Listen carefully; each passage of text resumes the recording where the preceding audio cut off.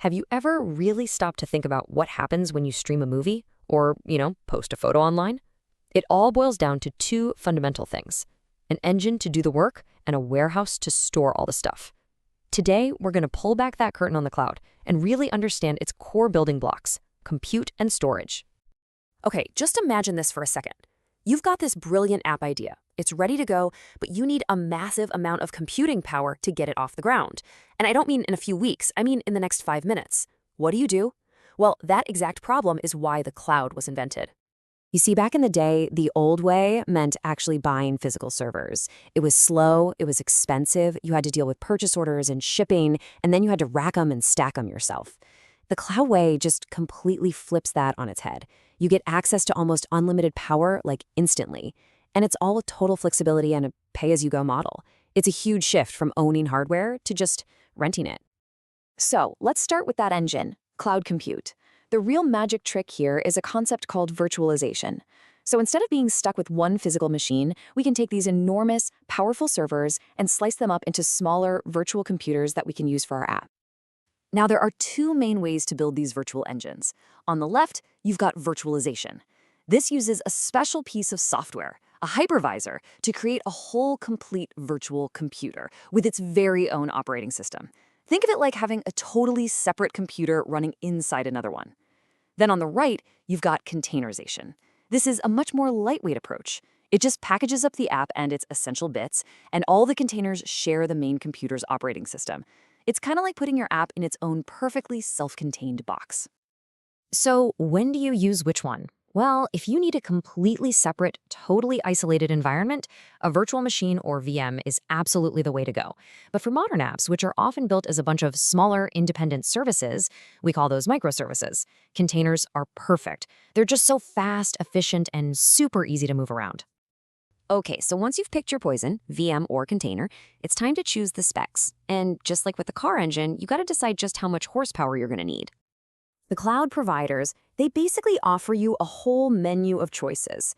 Is your app going to be like a balanced, reliable family sedan, a high-octane race car, or maybe a heavy-duty truck for the really big jobs? And as you can see, there is a whole menu of options. You've got general-purpose instances for your everyday tasks, or you can get super specialized ones, like compute optimized for heavy-duty processing or memory optimized for giant databases. There are even options with crazy powerful graphics cards for things like AI and machine learning. Next up, you have to decide on tenancy. The default and most common is shared. This is kind of like living in an apartment building. It's super cost-effective, but you're sharing the building's infrastructure. For more performance or security, you can get a dedicated instance or even a dedicated host, which is basically like renting the entire building just for you. And how do you pay for all this? Well, you've got options here too. On demand is the most flexible. You just pay for what you use as you go. But if you know you're going to be using it for a while, you can commit to 1 or 3 years with reserved instances or a savings plan, and you get a pretty sweet discount. And then there's the wild card.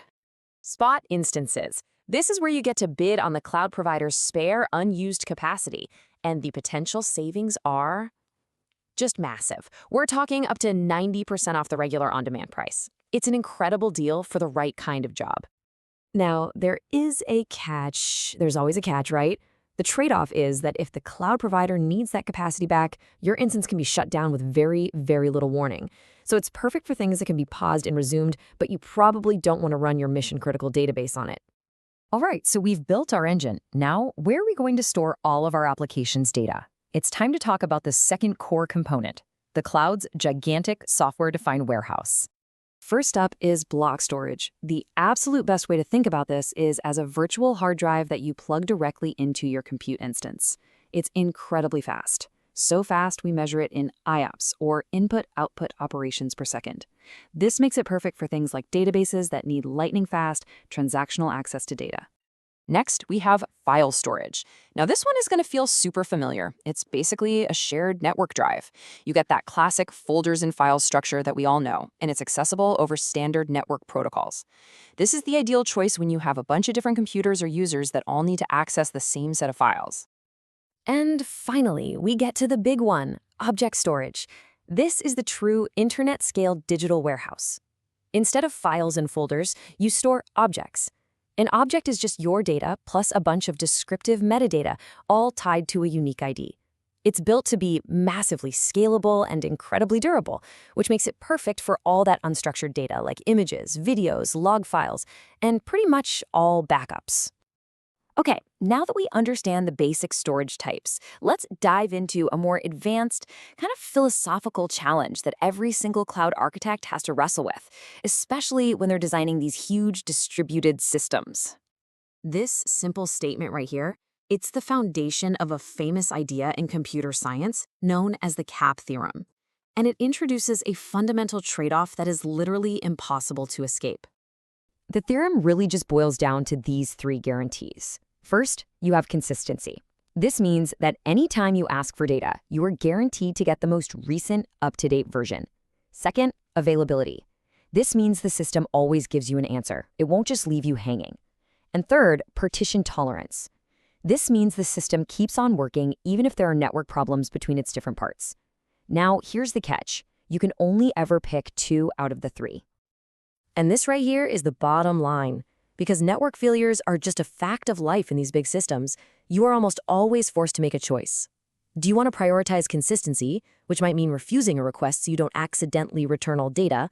Or do you prioritize availability, responding right away even if the data you send back might be a tiny bit out of date?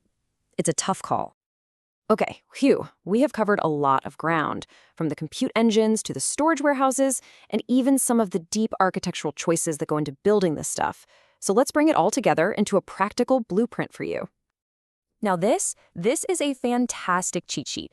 Think of it as your translator. It shows you the specific product names for these core concepts on the 2 biggest cloud platforms out there, AWS and Microsoft Azure. So what AWS calls EC2 for compute, Azure calls a virtual machine. What AWS calls S3 for object storage, Azure calls blob storage. The underlying ideas are exactly the same, it's just the names that change.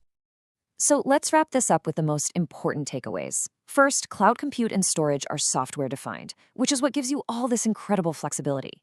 Second, you have different specialized tools for different jobs, VMs versus containers, block versus file versus object storage, and making the right choice there is absolutely critical for optimizing both the cost and the performance of whatever you're building.